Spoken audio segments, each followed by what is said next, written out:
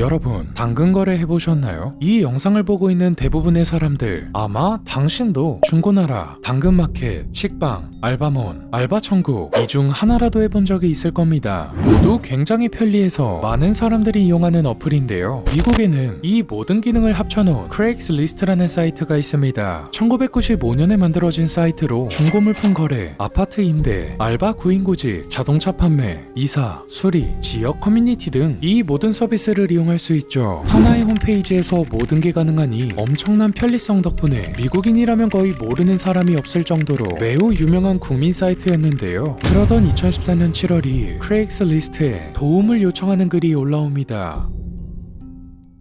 Searching for a website, a window to the world, got to get online. Take a spin, now you're in with the techno set. You're going surfing on the internet. 오늘 오후 3시 30분까지 달러가 필요해요. 오늘 밤에 갚을 수 있지만 기름값도 들고 집 정리도 빨리 해야 해요. 가족들이 다 기관지염에 걸렸는데 전 아프고 싶지 않아요. 임신 8개월째라 폐가 많이 불편한데 도와주시면 저랑 딸이 정말 감사할 거예요. 이 게시물은 브룩 슬로컴이란 여성이 급하게 돈을 빌리기 위해 광고 글을 올렸던 건데요. 하지만 게시 후 10일 동안 이 글에는 답변이 달리지 않았죠. 그러다 그녀는 돈이 급해졌는지 돈을 받고 성매매를 제안하는 다른 광고 글을 올리게 됩니다. 글의 내용은 슬로컴의 남자친구 찰스 오페니어가 함께 있는 자리에서 그녀와 성관계를 하고 그 대가로 돈을 지불하는 조건이었죠. 늦은 밤 슬로컴은 마이크 설드라는 가명을 사용하는 남성으로부터 한 통의 이메일을 받게 됩니다. 제가 만날 장소를 제공할 수 있습니다. 어떤 만남을 원하는 건가요? 전 25살입니다.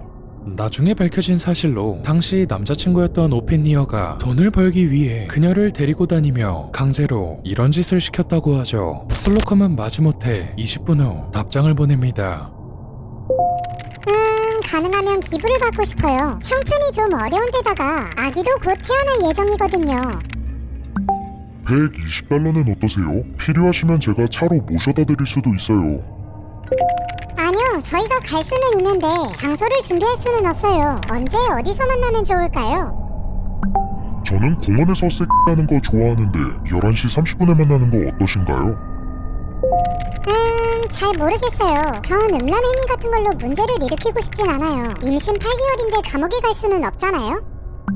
괜찮아요. 공원인데 뒤편에는 숲이 우거져 있어요. 경찰은 전혀 없습니다.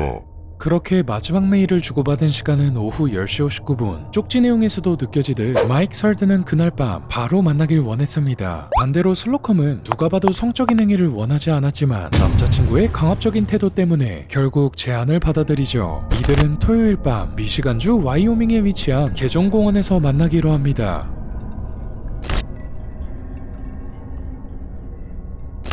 마이크가 나갈 준비를 하고 있습니다.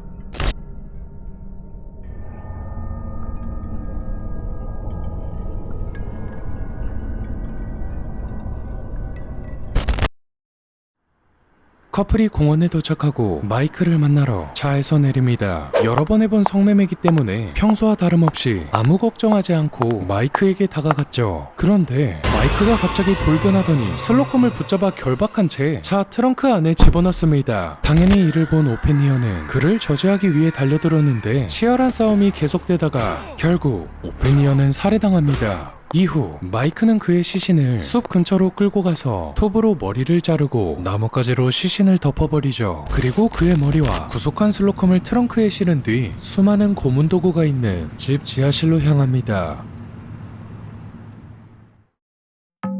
며칠이 지나도 커플이 돌아오지 않자 가족들이 실종 신고를 하게 되고 7월 16일 수요일 경찰은 공원 인근 숲속에서 버려진 오페니어의 차량을 발견합니다. 실종자의 차가 발견된 상황, 경찰은 수사에 박차를 가합니다. 숲을 더 자세히 수색하기 시작했고 다음날 찰스 오페니어의 시신을 발견하죠. 발견 당시 그의 시신은 참수된 상태였으며 머리 부분은 당연하게도 현장에서 발견되지 않았습니다. 몇 시간 뒤 오페니어는 살해된 채 발견되었으나 그의 여자친구이자 게다가 만삭의 임산부였던 슬로컴도 실종된 상태였다는 사실을 경찰이 알게 됩니다. 이후 경찰은 그녀의 집 수색영장을 발부받고 인터넷 범죄 전담팀의 지원을 받아 그녀의 노트북의 이메일 기록을 긴급 디지털 포렌식하죠. 이 과정에서 최근 메일을 주고받았던 사람 중 마이크 설드가 가장 의심되었고, 경찰은 마이크 설드를 추적해 해당 이메일 주소가 다른 이메일 주소와 연결되어 있으며 그 이메일 주소는 마이크가 아닌 브래디라는 남성의 페이스북 계정과 연결되어 있다는 사실을 발견합니다.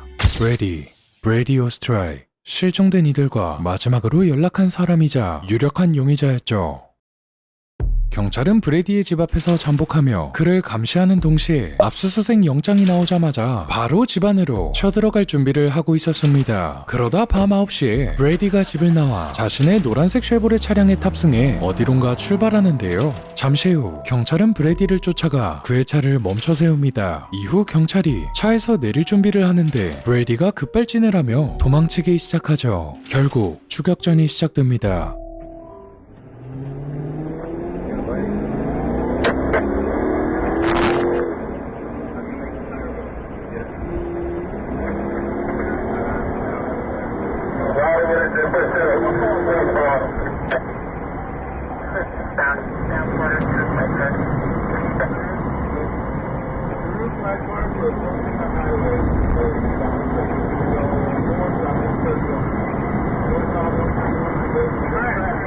이후 브래디는 도망치다가 결국 통제력을 잃었고 왼쪽 가드레일에 차를 박았는데 경찰이 체포를 위해 차를 세우자 그는 갖고 있던 무기로 스스로 목숨을 끊어버립니다.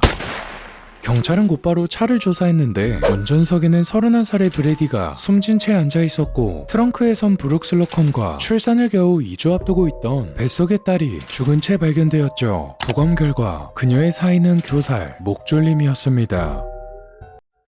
얼마 뒤 경찰이 브래디의 집을 수색한 결과 무려 400개가 넘는 엄청난 양의 증거품을 발견하죠. 특히 지하실은 그가 성범죄를 저지르기 위해 치밀하게 개조한 상태였습니다. 피해자를 묶어놓고 고문하기 위한 도구인 밧줄, 사슬, 자물쇠, 채찍, 수많은 성인용품이 있었고 지하실 곳곳에 피해자의 것으로 추정되는 피 묻은 속옷이 발견되었죠. 또 수십 정에 달하는 총과 대량의 탄약, 칼 등 위험한 무기가 많았고 전혀 이해할 수 없는 기괴한 글들이 발견되었습니다. 그런데 무엇보다 놀라운 건 집안에 여러 대의 카메라가 설치되어 있었다는 건데요. 그는 자신의 범행을 기록하기 위해 집안 곳곳에 카메라를 설치해두었고 지금 보시는 이 영상이 슬로컴을 감금하고 고문하기 위해 지하실을 개조하는 모습입니다. 브래디는 경찰이 집 앞에 잠복해 있을 때도 슬로컴의 팔을 천장에 달아놓은 밧줄에 묶어 공중에 매달아놓은 채 목에는 사슬을 채워두고 끔찍한 짓을 저질렀죠. 그리고 이 모든 과정이 찍힌 브래디가 그녀를 구속하고 잔혹하게 학대한 영상은 존재하지만 여러분은 절대 그 영상을 볼 수 없을 겁니다. 왜냐하면 경찰이 공식적으로 해당 영상이 너무 잔인하고 트라우마가 남을 법한 정도기 때문에 절대 공개하지 않겠다고 발표했기 때문이죠. 이 참혹한 현장을 직접 목격한 와이오밍 경찰청장 제임스 카모디는 언론 브리핑에서 지옥 그 자체였다고 표현했습니다. 또 본인이 수십 년 동안 수많은 강력범죄를 다루었음에도 불구하고 이번 사건은 자신의 커리어를 통틀어 가장 끔찍한 사건이라며 깊은 충격과 참담함을 드러냈죠. 이후 이 사건은 미국 전역에 큰 충격을 주었고 크레이그스리스트에 엄청난 비난이 쏟아졌습니다. 결국 사이트는 플랫폼 내 성인 만남 및 개인 광고 섹션을 극도로 제한하기 시작했으며 2018년에는 미국 의회에서 온라인 성매매 및 인신매매 방지법이 통과되어 크레이그스리스트는 해당 카테고리를 전면 폐지하게 됩니다. 지금까지 철몽농이었습니다.